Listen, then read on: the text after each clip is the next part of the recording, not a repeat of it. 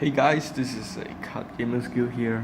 Today, I haven't been making any videos for like the past 1 year because I'm freaking lazy. So, since like a couple months ago, this a Soul Strike Against the Supreme came out, and I decided to like get back into CB Vanguard. I've quitted for like a couple of months until when Legend Deck came out. I decided to play back this game. So basically, I decided to reboot my Genesis, and well, Soul Strike means Fenrir strike deck. So I'm rather tired. So if I do any mistakes, please forgive me. So I'll get over it quick. So we start from the Great Trees. The Great Trees basically we run 4 Fenrirs, but in this case I only run 3 because I only have 3 because when you share box you can't like hope to get everything. So 3 Fenrir. So basically Fenrir is a really nice guy. The GB2 skill is basically a pseudo Yggdrasil skill. Is you basically attack Soul Blast 3 and it gets +1 critical. Your opponent can use grade 1 or higher to guard. And then what we want from it is the strike skill, because when you strike, basically you soul charge 3. It's a mandatory effect. You must soul charge 3. Okay. Then once per turn, when you soul blast, you may superior call a unit by 1 count plus. So he's the main ace of the deck. So I've actually ordered mine online, extra Fenrir, but it won't be coming anytime soon. So yeah, for now I'll just stick with this Oneroy or Oneros. He's here just most of the time as a strike fodder, or I just will cycle him through the grade 1 strike fodder to get Fenrir out, because you really want to get Fenrir out as soon as possible because he's your MVP. So what he does is a Generation Break 1 once per turn skill, a Soul Blast 6, a +5001 critical.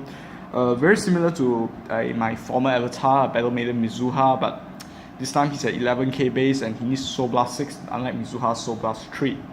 And the second skill is what I want. If I'm forced into situations that people like try to play a Great Lock deck or like Brutal Jack or Grade 1 Seekers deck or whatsoever, they try to Great Lock you basically send this guy down, Soul Charge 3, and then that proceeds to my next grade 3, which is this 4 Fortunas. Most people run Minerva because Minerva is able to restand and those kind of things, but then this deck is a deck that you focus to a certain extent more on your rear guard. So Fortuna is here because she basically, you can like if you have enough soul, her limit break is, I think everyone knows the limit break, basically attack, reveal a non-trigger, Soul Blast 3, drop the trigger off, then you perform another drive check.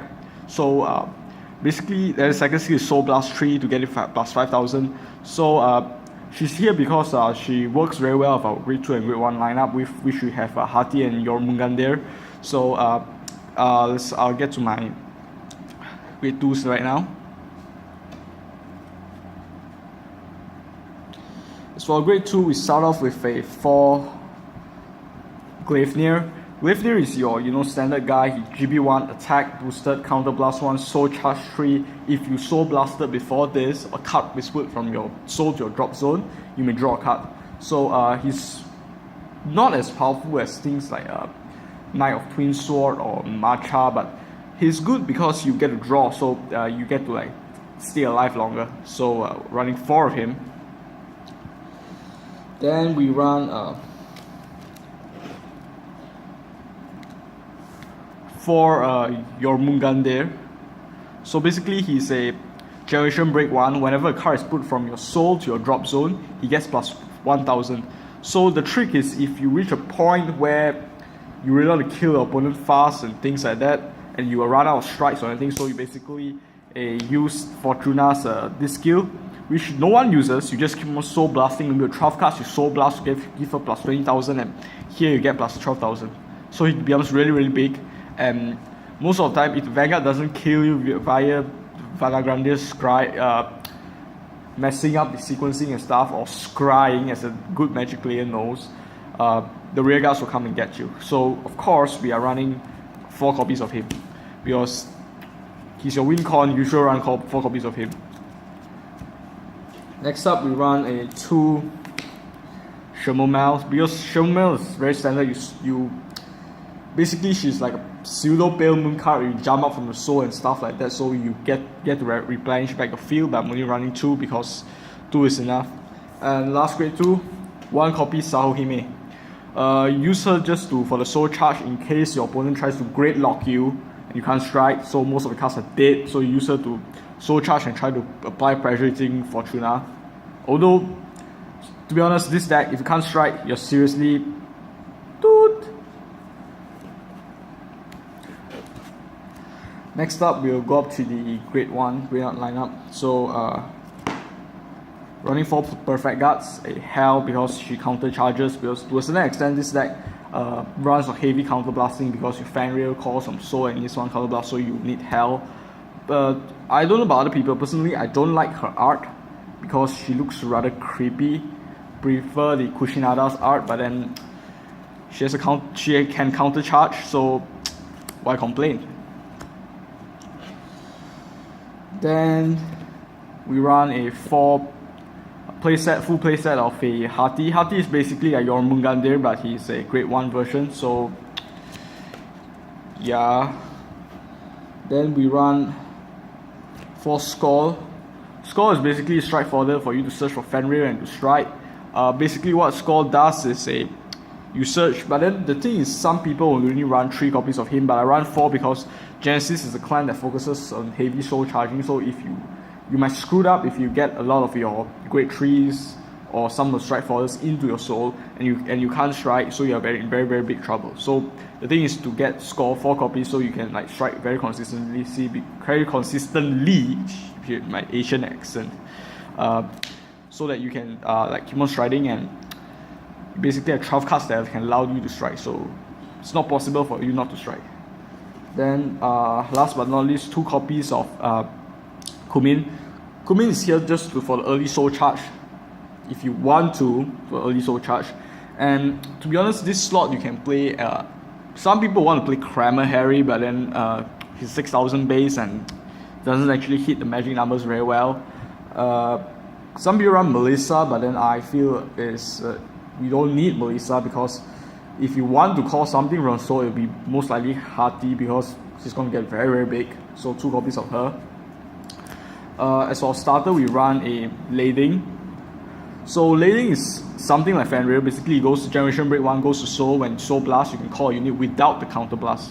So there's a combo with Fenrir that I've seen people online doing it. So basically you use the skill, call him to Soul, and then you use a Lading skill. You Soul Blast, you superior call 1 using Lading skill. Then you call Lading out using Fenrir skill and counter blast 1. So that's the combo that people usually do. But then normally I don't actually do it because would prefer to call Haiti. Like I told you, I want to once I get my strike going, I want my opponent dead as soon as possible. As for trigger lineup, we are running 4 stands. The stands, because Dreaming Dragon, he basically at the end of your turn you may return him and your entire drop zone back to your deck. And if you return 10 or more cards, you draw a card. So basically you will never deck out using this deck. If you play it carefully, you will never ever deck out. I had never decked out this deck before. It's just simply impossible. So we're running 4 stands. And thinking about this, the stands are pretty good with your Mungande or Hati. It's like, imagine you use either Fortuna or this Vanguard skill, and you pump them up by plus 6,000 or whatsoever thousand, and you stand them and whack them again, so it's very painful. And then we're running 6 criticals, 4 of this girl because the skill, not say I'm going to use it, but then just, reasons. 2 of this Buffalo and 2 of this Witch because I want to make my opponent think I'm running like a lot of crits, psychological warfare, and 4 heals. 9 minutes. Then we'll proceed to the strike. So run 1 copy of Dion. Most time you're not going to use her because your opponent won't let her hit. But then she's there just because you hit Soul Blast 3, look at top 3 cards, pull 1 to hand, and the other 2 in the soul. So she nets hand advantage for you. Doom Brace. Basically you Soul Blast 3, choose 2 units plus 5,000, and then Soul Charge. If you less than 2 souls, Soul Charge 3. So basically he's a 3 off because The other slot is taken by her. Gotta run 3 of him. So he's good if you want to push for game using rear guards. And then 4 of this because, well, manipulating sequence is very evil, and basically when you Soul Blast 6, your Mungandir and your Hati, basically if you forgot, it's this guy, and oh my god, where are those cards? Basically this guy and this guy will become freaking big. Yours your plus 6k, 15,000 plus 6k, 13,000. So 15,000 is not actually a magic number, so it doesn't matter because this one 13,000. If you align it this way, Soul Blast 6 will pump down to 28,000. 28,000 is a magic number against cross strikes. So basically, what you want to do with this deck is you want to. This deck has like 2 options. One, you play a freaking defensive control way, or you want to go out, rush down aggro, drop these 2 guys and whack for game. It's also possible. And one thing about this deck is I've played a lot of several games that I've reached a point that I run out of my strikes. Seriously, I run out of my strikes because you are like playing like so freaking control, and your opponents are playing so freaking control, and you're dragged the game for so long, and in the end you have to ride the Fortuna and use Fortuna and these guys to like win you a game. So this is my deck. I played a bit. I went to like a couple of local tournaments. I did quite well except against the Angel Feather because the guy just grade locked me, and then it's basically if I go up to grade 3, he will force me down with Gabriel, and then you know Gabriel's shenanigans, she becomes really big. And then Murakumo, Yasui rush down is also not something I actually can handle. It's too fast for me unless I get the first strike. Basically this deck is pretty good. A couple of days ago there was like 2 weeks ago there was a tournament, and I used my Shadow Paladin deck and I landed my rival this deck, and he did pretty well. He went to round 5 out of I think 8 rounds, but then he lost to a Link Joker deck because he got Omega locked and he was actually familiar playing against Link Joker. So basically this deck it's a rather fun deck, but I won't recommend it for beginners because it's really complex. If anything you don't understand, please comment below. I'll try to answer. If I did any mistakes, please forgive me. It's been a long day. I've been revising for my assessments. I'm very tired. So yeah, that's about it. I will hope to see you in my next video.